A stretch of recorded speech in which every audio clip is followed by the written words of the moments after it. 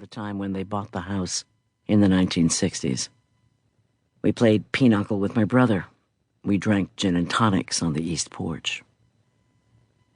I spent my childhood summers in that house, and as a little girl I slept in that same upstairs bedroom.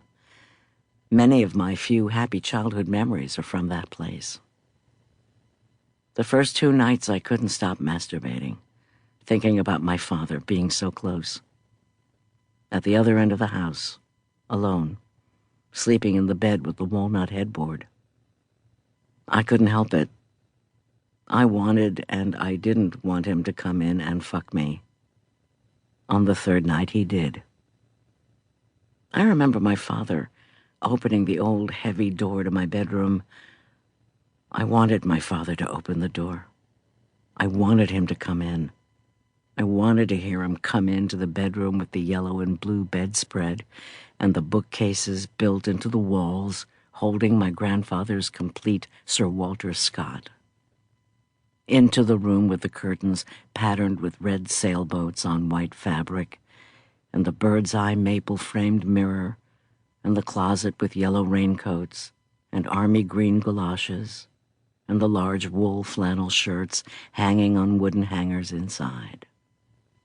The closet with a plaid umbrella and spare flip-flops.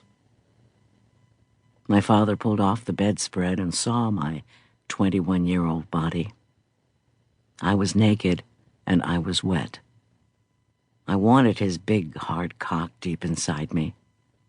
I was very wet. I wanted him inside me, all the way up. I had never felt sexier. My body was pure sex. My father had made himself a sexual object for me, too. I objectified him as I objectified myself for him. I had an orgasm bigger than any single one I had in my subsequent 12-year marriage. We didn't say anything. Not one word.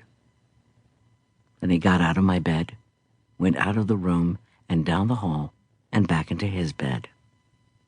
Not one word ever about that night.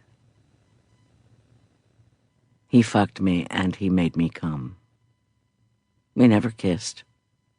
We didn't kiss that night, and we didn't kiss when I was a teenager, and we didn't kiss when I was 11 or 10 or 9 or 8 or 7 or 6 or 5 or 4 or 3. He never put his tongue inside my mouth. That week on the island, I told Catherine Huntington, a family friend and neighbor, the truth about my father having sex with me. I told her what happened when I was a young child. I did not dare tell her about the night that had just passed, but I did confide in her about my childhood. I wasn't the only one who thought she was a remarkable woman. She was the opposite of my mother. She was extraordinarily capable, warm, independent. People adored her.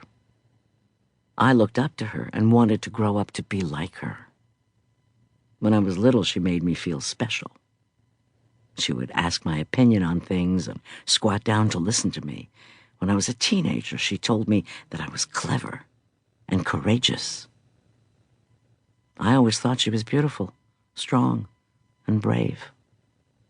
She loved to sail by herself. She could read, write, and speak Mandarin. She and her second husband spent a year driving across Africa. She was a volunteer firefighter in the little beach community. The only time she didn't wear heels was when she drove the fire truck.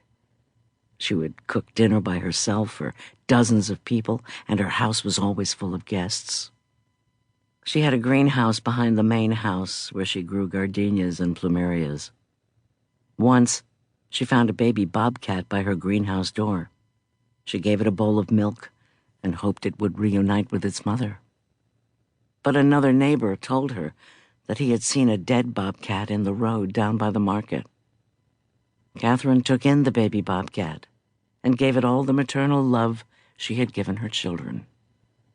She gave it lamb for supper, with a dish of whipped cream afterward. My grandparents had been close friends of her parents.